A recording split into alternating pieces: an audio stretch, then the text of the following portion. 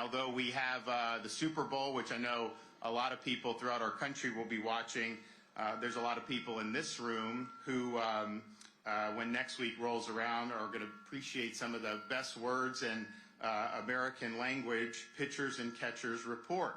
And so we're looking forward to spring training starting.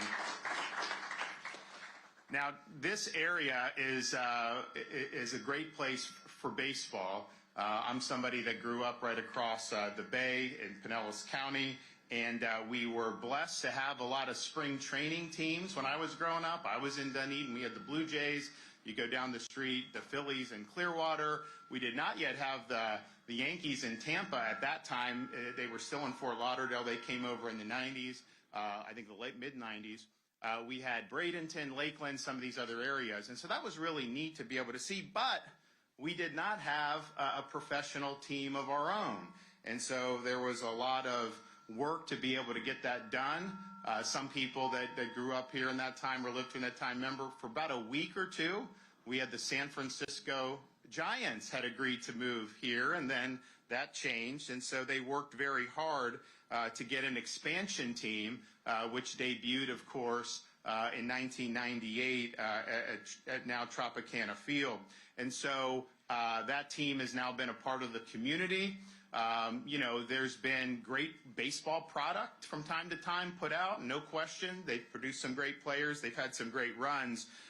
But there's also just been some growing pains with making sure that this franchise was something that was really viable for the long term. And Commissioner Manfred, who's here with us, you know, he came to Tallahassee. We had a meeting about a year and a half ago, and he basically reiterated to me, he's like, look, we're committed to being in Florida. This is an important state.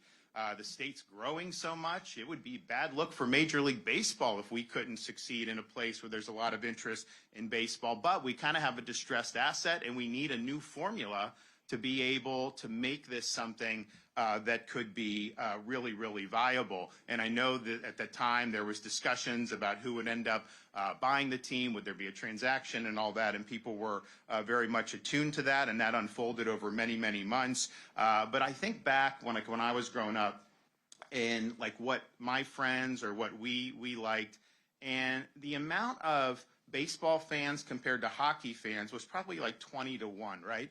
There weren't necessarily like a lot of hockey, and yet you've seen what they've been able to do with the Tampa Bay Lightning.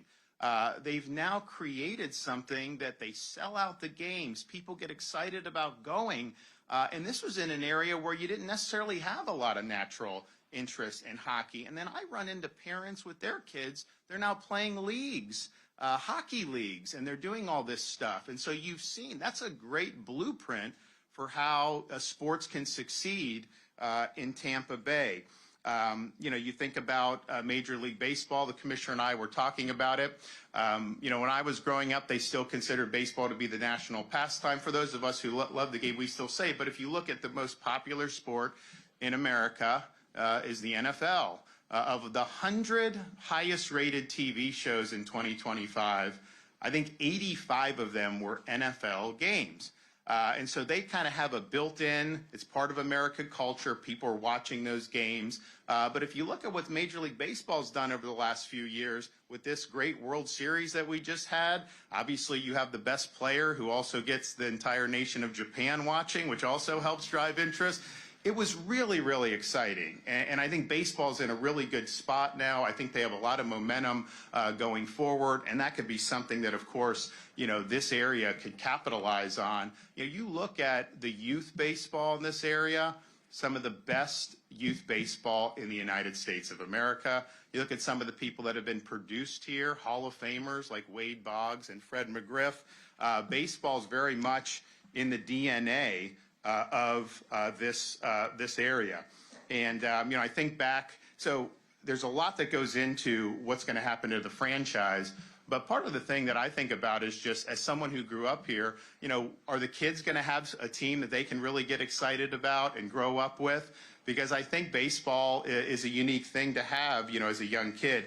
And I'm reminded of a quote that a very famous Hall of Famer made who spent a lot of time just north of here up in Citrus County, Ted Williams said when he got inducted into the Hall of Fame.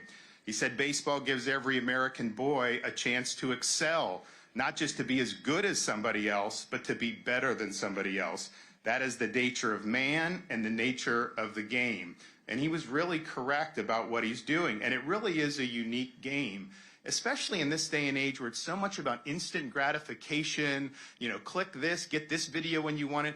Baseball, you actually got to think a little bit. You know, you look at some of the greatest players in history, the Hank Aaron's, the Willie Mays', the Joe DiMaggio's.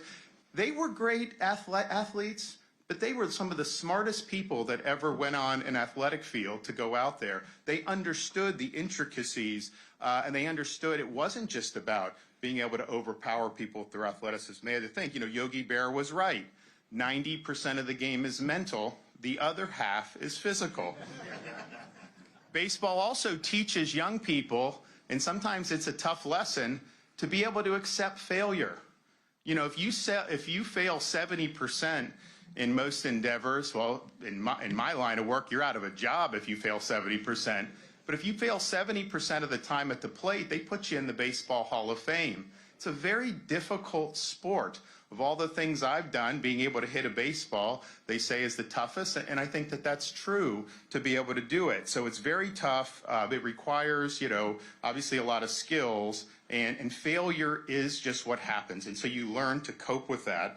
And then the final thing that I think really is unique to baseball, and Ted Williams said this in the same Hall of Fame speech. He's like, I was not born a great hitter. No one's born a great hitter. It's hard work. You have to practice the craft and hone your skills. And there's big payoff for people that are willing to do that, particularly as young people. So part of why I'm excited about the future of the Rays is because I think it will impact families throughout this region, you know, in a very significant way. And I can simply say, and I would say this if I was a governor who had been raised in Key West or Miami or Jacksonville. I happen to be raised in Tampa Bay, but I think it's true, and I would think it was true.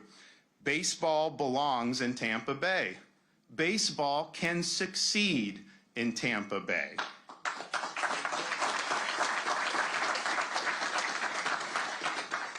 And so we're here with to say that, you know, the state is going to be supporting this proposal to use this HCC location to be the site of the new stadium. And part of it is, and we'll have President Atwater come up and speak about what it means to HCC.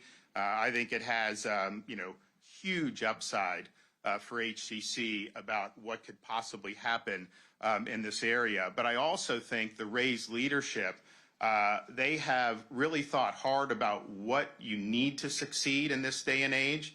And the reality is, you know, like, I'm a baseball purist. I think people should just want to come watch baseball. But the reality is you do need other things to draw people. You see what they did in Atlanta to have the shops and the restaurants and the hotels to really make it a place where people want to be, even if they're not diehard baseball fans. And that vision is very compelling. And it's been a vision that has been created in part by studying some of the things that have happened around the country, what has worked, what's not worked. And so I was very impressed to see how they're thinking about that. That's just what you need to do. Now, I'd also say, you know, we came out and we toured this area probably a month or two ago, maybe 2 months ago, and we were walking around, and, you know, some of these buildings I helped build since I've been governor, like the medical building and some of that, and it's great. And HCC, I mean, I remember growing up, I knew a lot of people that ended up going, you know, we called it HCC then. I know they call it Hillsborough College now. But, and so I knew, but I'm walking around, and then we're driving in and around the area, and I've been I go to a Bucks game every year probably, and so I've been coming to this area a long time. But I was looking at, you know, this area could use some rejuvenation. This would be a big project for the vitality of this area right here in Tampa Bay. And I know that this would be something that would be very, very significant. And so, you know, our role here in working with Hillsborough College is this land is basically owned by the state. Hillsborough College is able to operate.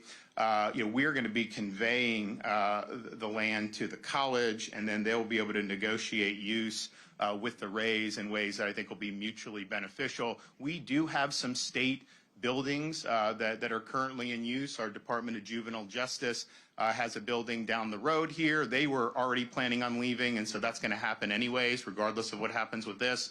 We also have Florida Department of Law Enforcement. Although there's not plans to leave, they've been asking to leave for a long time, so we think that that'll be a natural progression for them. And then we also own the land that's leased by the county. I believe it's their tax collector's office. That's kind of far-flung part of property, different from where they're going to have the stadium, but potentially all this could be used in a way that's going to lead to a rejuvenated Hillsborough College campus, and then an area that's going to really be an attraction, not just for baseball fans, but for people throughout the region who just want to have a good time.